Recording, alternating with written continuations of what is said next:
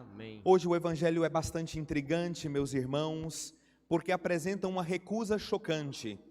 Nós escutamos Jesus contando a parábola de um rei que convida a todos para participarem do banquete nupcial de seu filho.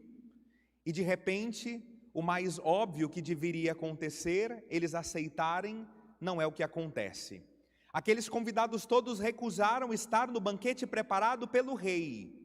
E é claro que, como em todos os domingos, o contexto do evangelho de hoje casa perfeitamente com a primeira leitura que nós escutamos.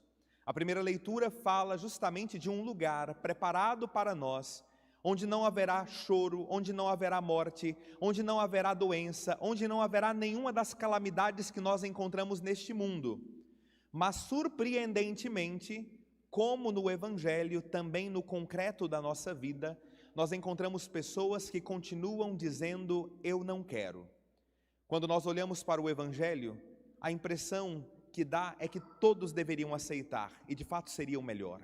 Quando nós olhamos para o evangelho, se eu pudesse nesse momento dizer uma resposta a este rei, eu diria, eu quero, eu aceito, eu vou participar da festa. E eu inclusive penso no interior do meu coração, que gente tola é essa que não aceita o convite do rei? Mas eu tenho certeza que você conhece alguns tolos por aí, que não apenas não aceitam, mas no concreto da vida não agem para participar desta festa que está sendo preparada. São aqueles todos que não vieram à missa esse final de semana, e eu tenho certeza você conhece pelo menos umas 2 mãos cheias de pessoas que neste final de semana não participaram da Santa Missa. Seus vizinhos, talvez colegas de trabalho, pessoas que não têm se interessado pelas coisas de Deus, e cada vez que nós faltamos uma missa no domingo, é exatamente isso que nós estamos dizendo, eu não me importo com esta festa, eu não quero estar nesse lugar, eu não quero estar nesse banquete, o céu que se dane, porque eu prefiro o meu comodismo, prefiro o meu filme, prefiro a minha série, prefiro o meu churrasco, prefiro a minha família, prefiro isso, prefiro aquilo, do que Deus nosso Senhor. Quando nós não nos confessamos e vivemos em pecado, é exatamente isso que nós estamos dizendo. Eu não quero o céu. Quando nós tratamos mal as pessoas que estão ao nosso redor, sobretudo aqueles que estão mais perto de nós, a nossa família, é igualmente a mesma coisa que nós estamos declarando. Eu não quero o céu, eu evito esta festa. Eu não quero participar daquilo que o Senhor está preparando para mim. Por isso digo para vocês, um evangelho intrigante, um evangelho chocante, porque nós percebemos que não é algo que está apenas nas páginas da Bíblia. Tem muita gente que você e eu conhecemos, que se não mudar de postura e morrerem como estão, não entrarão no reino dos céus. Amados irmãos, a salvação ela é para todos nós, e isso tem que entrar no nosso coração. Quando nós abrimos a nossa Bíblia, em Gênesis capítulo 17, versículo 4, nós vamos encontrar Deus fazendo uma aliança com Abraão, dizendo para Abraão, farei de ti pai de uma multidão de povos. E quando a Sagrada Escritura fala esta expressão multidão de povos, está se referindo a toda a humanidade. Deus faria Abraão pai de todos os que crerem, todos os que acreditassem. Todos. Portanto, a salvação ela quer alcançar a todos. Mas Deus tem uma metodologia para fazer essa salvação alcançar a todos. Para que essa salvação se expandisse, o Senhor quis, em sua sabedoria eterna, escolher um povo, a partir do qual esta salvação se estabeleceria em toda a humanidade. E é por isso que Ele escolhe, em primeiro lugar, Abraão. No capítulo 12 do livro de Gênesis, Deus diz a Abraão, sai da tua terra e vai para a terra que eu te indicar, porque ali eu constituirei o meu povo, a minha nação santa. Abraão obedece, e a posteridade de Abraão continua caminhando com Deus, o seu filho Isaque continua caminhando com o Senhor, o neto de Abraão, Jacó, continua caminhando com o Senhor. Na vida de Jacó nós sabemos que Deus entra de modo surpreendente. Inclusive o nome de Jacó é mudado, e Jacó agora se chama Israel. Israel teve 12 filhos, um deles José, que foi vendido pelos seus irmãos. Os 12 filhos de Jacó ou de Israel deram nome às 12 tribos de Israel, a terra santa, a terra prometida, que estava dividido em 12 pequenos clãs, por assim dizer. E era este povo o povo eleito, era para este povo a salvação, e era a partir desse povo que a salvação expandiria para todo mundo. Porém, a Sagrada Escritura nos diz muitas e muitas vezes que este, infelizmente, era um povo de cabeça dura. Era um povo que, apesar das insistências de Deus, não queria sempre caminhar com Deus. Quando nós olhamos para este povo, para os filhos de Jacó, nós vemos que eles começaram a passar uma fome lamentável na terra de Canaã. E Deus, não querendo fazê-los perecer na terra, e aproveitando providencialmente da existência de José agora no Egito, Deus manda todos aqueles outros filhos de Israel para o Egito. E José, que ali estava, providenciou-lhes alimento. Tendo alimento, eles se fixaram ali, nos conta a palavra de Deus. Se fixaram no Egito, ali estabeleceram moradia. Porém, a Bíblia nos conta que, muitos anos depois, começou a reinar um faraó que não tinha ouvido falar de José. E por não ter ouvido falar de José, não tinha implicação nenhuma tratar bem ou tratar mal aquele povo que era o povo hebreu, o povo de Deus. E como aquele povo ia crescendo e crescendo cada vez mais no Egito, o faraó se assustou e pensou: se esse povo cresce tanto, pode ser que eles invistam contra nós, nos ataque e tome a nossa terra, vamos torná-los nossos escravos. E de repente o povo de Deus que vivia em liberdade no Egito, agora se torna um povo escravo do faraó, escravo daquele povo. Porém Deus, que sempre quer nos salvar, sempre quer nos arrancar das nossas escravidões, elege Moisés do meio do povo. E Moisés, com mão poderosa, tira o povo daquela terra de escravidão, fazendo-os passar a pés enxutos dentro do Mar Vermelho, num dos maiores milagres já vistos na humanidade. O mar que se abre em duas partes e o povo que passa a pé enxuto para sair da terra de escravidão e ir para a terra prometida. Mas aquele povo, apenas saindo da terra de escravidão que era o Egito, começou a sentir falta das coisas do Egito. Tinham falta da escravidão de onde estavam. Tinham se acostumado ao mal que tanto tempo tinha sobrecarregado suas costas como um fardo tão pesado. E de repente aquele povo começou a dizer a Deus: nós estamos com vontade daquelas paneladas de carne que nós tínhamos no Egito, porque aqui nós não temos carne, aqui nós não temos o que comer, dizia aquele povo. Deus, em sua infinita providência, mandou todas as manhãs o maná, que eles podiam pegar em quantidade abundante todas as manhãs para comerem, para se fartarem, para não terem mais fome. Mas o povo, se lembrem, era um povo de cabeça dura. E a Bíblia nos diz que eles começaram a reclamar do maná. Começaram a dizer: este pão não tem sabor, é um pão insosso. Nós estamos com saudade mesmo, é das baciadas de carne que nós tínhamos no Egito. Parece que o Egito não saía da cabeça desse povo. É muitas vezes como o pecado que não sai do nosso coração. A gente está na igreja, mas que saudade da vida velha que nós levávamos, que saudade daquele tempo do boteco, da gandaia, e das festas e de tudo mais que nós vivíamos. Parece que o Egito não sai de nós. Nós também temos muito em comum com esse povo que a Bíblia fala. E não bastando essas reclamações, não bastando tudo isso, quando Moisés sobe no Monte Sinai para receber as 2 tábuas da lei, quando Moisés desce e encontra aquele povo adorando a um bezerro de bronze fundido, de metal fundido. Aquele povo tinha abandonado Deus para adorar um objeto que não fala, que não escuta, um objeto de bronze fundido que não significava absolutamente nada. Mas aquele povo teve a coragem de trocar o Deus verdadeiro por um objeto como este. Amados irmãos, Deus, porém, não desistiu do seu povo.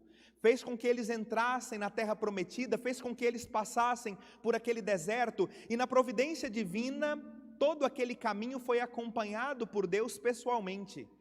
Durante o dia, o Senhor mandava uma nuvem para cobrir-lhes a cabeça, para que eles não sofressem com o sol. Durante a noite o Senhor mandava um luzeiro fumegante para que eles não sofressem com a escuridão noturna. O Senhor estava com eles e eles de fato entraram na terra prometida. Mas entrando na terra prometida, a Bíblia nos diz que eles começaram a se prostituir. Quando a Bíblia fala de prostituição, não é em sentido sexual. A prostituição dita na Sagrada Escritura é deixar a adoração do Deus verdadeiro para adorar a tantos outros deuses. E o povo de Deus, durante muito tempo de sua história, deixou o Deus que os salvara do Egito para adorar outros deuses naquela terra para a qual o Senhor os havia conduzido. Mas Deus não se cansava desse povo.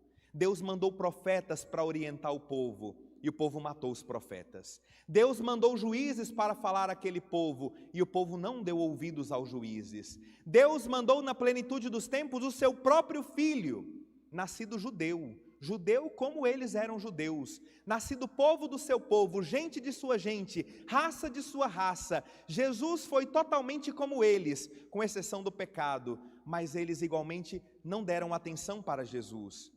Eles não se surpreenderam com os milagres que Jesus fazia. Eles viam os mortos ressuscitando e aquilo não os encantava o coração. Eles viam os cegos recuperando as vistas e não se convertiam. Eles viam os coxos voltando a andar e não se convertiam. Eles viam que os mudos começavam a falar, os surdos começavam a ouvir, mas isso não lhes movia o coração. Lembrem-se, era um povo de cabeça dura, era um povo encarquilhado no mal, era um povo que, apesar das insistências de Deus, não dava a mínima atenção para esse Deus. Enfim, colocaram o Filho de Deus que havia se encarnado em uma cruz, cuspiram nele, esbofetearam sua face, xingaram, maltrataram, flagelaram o Filho de Deus, pregaram cravos nas suas mãos e nos seus pés, mataram Jesus numa cruz. E nós podemos pensar, é o fim de uma história de amor, mas nós temos um Deus que não desiste de nós. Nós temos um Deus que, apesar da nossa cabeça dura, sempre quer nos salvar. Deus sempre tenta de novo. Foi então que Deus inspirou um grande apóstolo na vida de sua igreja, chamado Paulo, que ficou conhecido como o apóstolo das gentes, ou seja, o apóstolo dos pagãos. E Paulo fez uma coisa que antes ninguém havia feito: tirou a palavra de Deus, tirou a pregação do evangelho dos judeus e expandiu a pregação do evangelho para todos os povos pagãos, para que todos conhecessem a esse Jesus que os judeus haviam negado. Vamos pegar agora tudo isso que o padre disse até aqui e vamos colocar na dinâmica da parábola que Jesus nos contou no evangelho de hoje. Este rei que nós escutamos, é claro, é Deus Pai, é o Deus que quer todo o bem para nós, é o Deus que quer para nós a felicidade suprema. Esta festa que este rei que é Deus Pai está preparando, é claro, é o reino dos céus, também chamado de núpcias do Cordeiro. O Cordeiro nós sabemos quem é. João Batista apontou para Jesus e disse: eis o Cordeiro de Deus que tira o pecado do mundo. Portanto, o céu é a festa nupcial de Jesus Cristo, do Cordeiro de Deus que tira o pecado do mundo, do Cristo que, unido matrimonialmente à sua igreja, a Santa Igreja Católica, quer salvar a todos nós. Não à toa que nós na Santa Missa, antes de recebermos a comunhão, escutamos muitas vezes o sacerdote dizendo: felizes os convidados para o banquete nupcial do Cordeiro. Todos nós que comungamos a cada Santa Missa, somos estes felizardos, por estarmos recebendo desde aqui e desde agora o alimento que nos alimentará eternamente no reino dos céus. Jesus é o grande herdeiro do Pai, o promotor desta festa, o promotor desse banquete que está preparado para todos nós. Mas a parábola disse que os primeiros convidados não aceitaram o convite. Quem são os primeiros convidados? Olhando para todo esse contexto bíblico que o padre acabou de vos dizer, nós só podemos compreender que os primeiros convidados foram os judeus. Os judeus não aceitaram Jesus, não aceitaram aquele que tinha vindo para salvar-lhes. Os judeus renegaram o Salvador. E então aquele rei tomou duas atitudes. A primeira atitude é um tanto trágica, nos choca um pouco, sobretudo quando nós pensamos que esse rei é o Pai do céu. a palavra que nós escutamos no evangelho de hoje nos diz que aquele rei, o rei ficou indignado e mandou suas tropas para matar aqueles assassinos e incendiar as cidades deles. Nós ficamos pensando, como o Pai do céu pode ter uma atitude assim? Mas foi exatamente isso que aconteceu. Quando nós olhamos para a história do povo judeu, nós vemos que no ano 70 depois de Cristo, o Império Romano invadiu Jerusalém, devastou o seu templo. Os judeus até hoje não têm templo, não têm lugar para oferecer sacrifício. Naquela ocasião, a cidade de Jerusalém foi inteiramente incendiada e muitas pessoas foram mortas naquela ocasião. Nós só podemos entender a invasão de Jerusalém no ano 70 depois de Cristo como o grande castigo que Deus operou sobre aquele povo infiel que havia negado o convite para participar de seu banquete. E a segunda atitude deste rei, a segunda atitude do pai, foi expandir a salvação. Paulo foi o grande responsável por expandir esta salvação.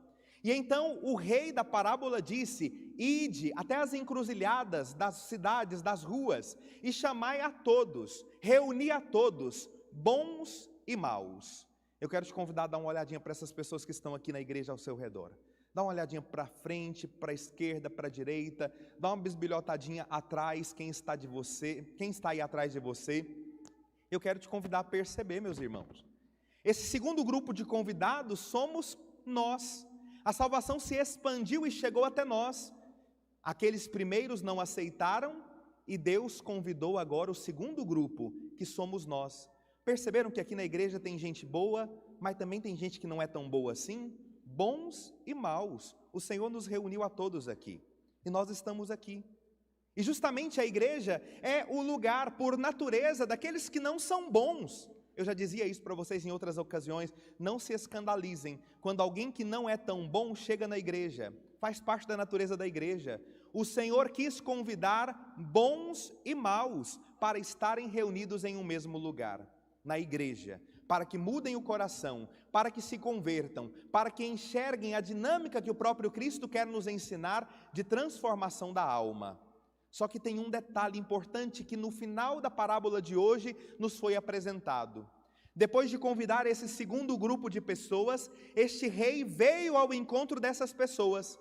E ao chegar ali onde essas pessoas estavam reunidas, o rei encontrou uma pessoa que não estava vestida com o traje de festa. Eu quero te perguntar, você que já está aqui na igreja, você está vestido com o traje de festa? Ou você ainda não vestiu o traje de festa? É claro que o traje de festa não se trata de uma roupa externa que nós vamos colocar. O traje de festa significa revestir-se das virtudes do próprio Cristo, ser rosto de Cristo na vida das pessoas, agir como Cristo agiria em todas as situações, em todas as ocasiões. Por isso, repito para você, você já tem vestido o traje de festa?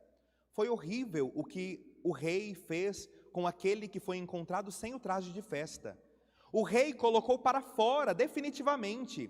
O rei mandou para um lugar de escuridão, onde haveria choro e ranger de dentes, fora da minha presença para sempre.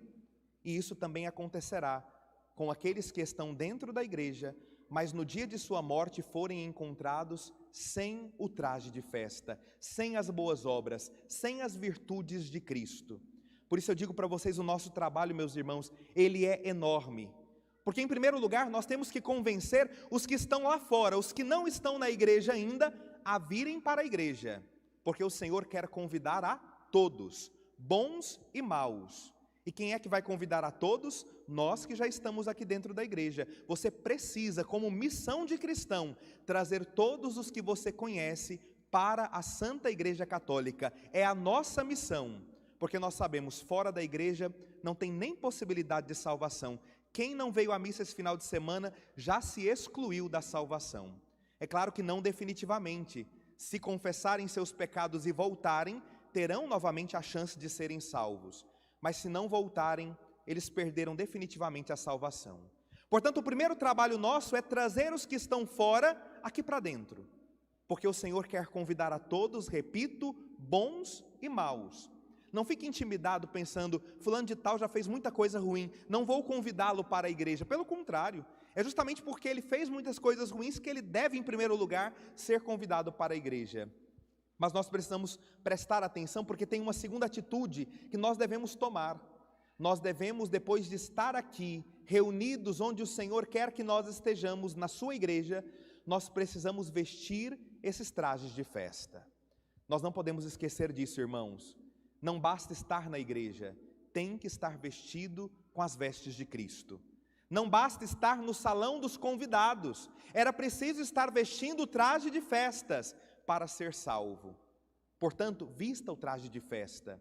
Padre, tem muito tempo que eu estou no pecado e não me confesso. Se confesse dos seus pecados.